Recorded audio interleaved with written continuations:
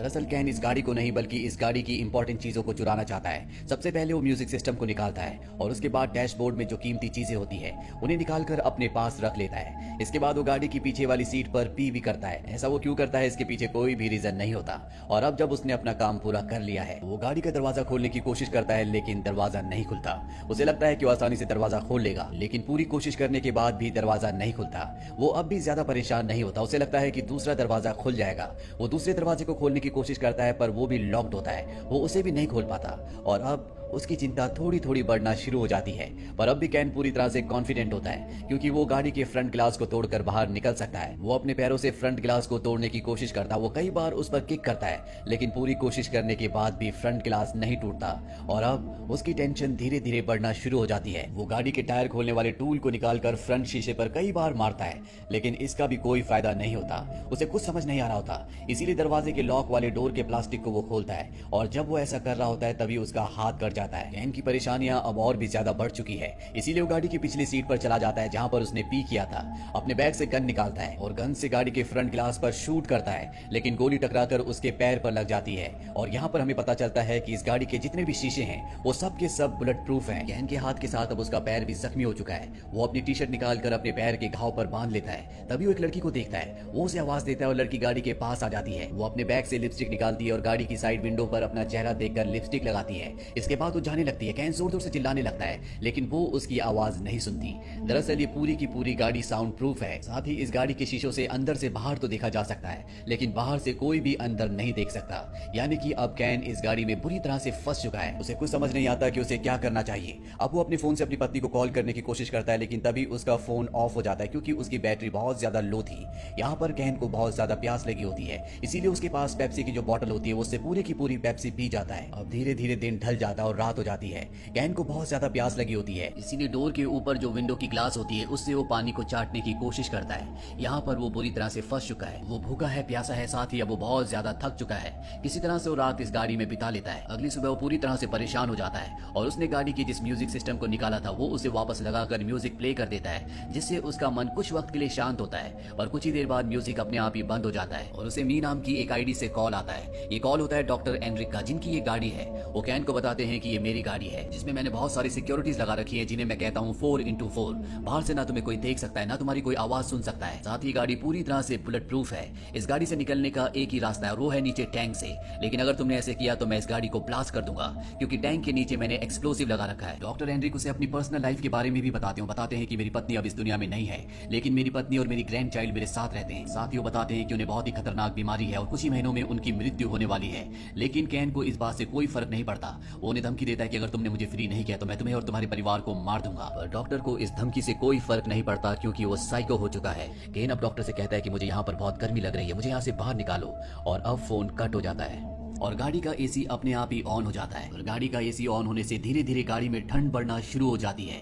गाड़ी का टेम्परेचर बहुत ज्यादा डाउन हो चुका है। यहाँ पर कैन कांपना शुरू कर देता है। अपनी टी शर्ट को एक बार फिर से पहन लेता है लेकिन इसका कोई फायदा नहीं होता क्योंकि यहाँ पर ठंड बहुत ज्यादा है। उसके होंठ नीले होना शुरू हो जाते हैं। वो हाइपोथर्मिया का शिकार हो रहा है। साथ ही उसके पैर में जो घाव है वो भी अब इन्फेक्टेड हो चुका है। और इससे पहले कि उसकी जान जाती डॉक्टर एनरिक एसी को बंद कर देते हैं और अब यहाँ पर उसे कुछ भी समझ नहीं आ रहा होता कि वो क्या करे। तभी वो देखता है कि एक पुलिस वाला गाड़ी के पास आ रहा है। उसके अंदर एक उम्मीद जागती है। वो चिल्लाकर उसे आवाज लगाता है लेकिन पुलिस वाला ना उसकी आवाज सुन सकता है ना ही उसे देख सकता है। दरअसल वो यहाँ पर इस गाड़ी का चालान काटने के लिए आया होता है क्योंकि ये गलत जगह पर यानी कि नो पार्किंग पर खड़ी होती है। पुलिस वाला गाड़ी के चालान को फ्रंट शीशे पर रखकर चला जाता है। कैन अब हर एक उम्मीद को खो चुका है।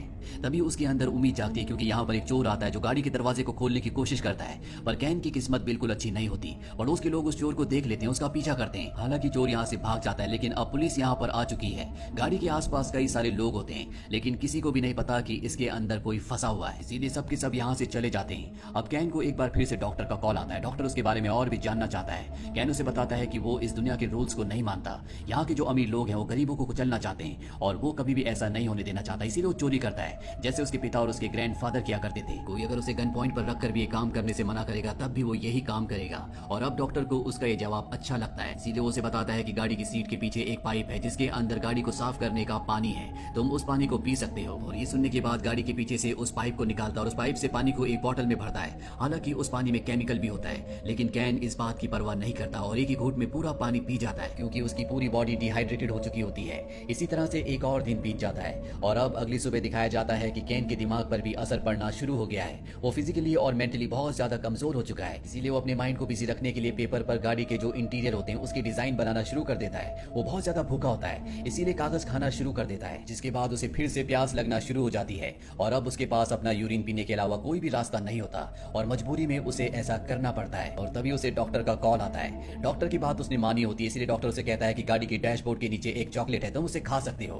कैन जल्दी से उस चॉकलेट को निकालता है और खा लेता है, जिसके बाद उसकी बॉडी में थोड़ी सी एनर्जी आ जाती है। कैन की फोन की जो बैटरी होती है वो उसे निकाल कर गाड़ी के डैशबोर्ड के ऊपर रख देता है ताकि वो सोलर एनर्जी से कुछ चार्ज हो जाए। और तभी उसे एक बार फिर से डॉक्टर का कॉल आता है। वो कैन को बताता है कि मैं तुम्हारे घर गया था, जहाँ मैं तुम्हारी बीवी और तुम्हारे बच्चे से मिला।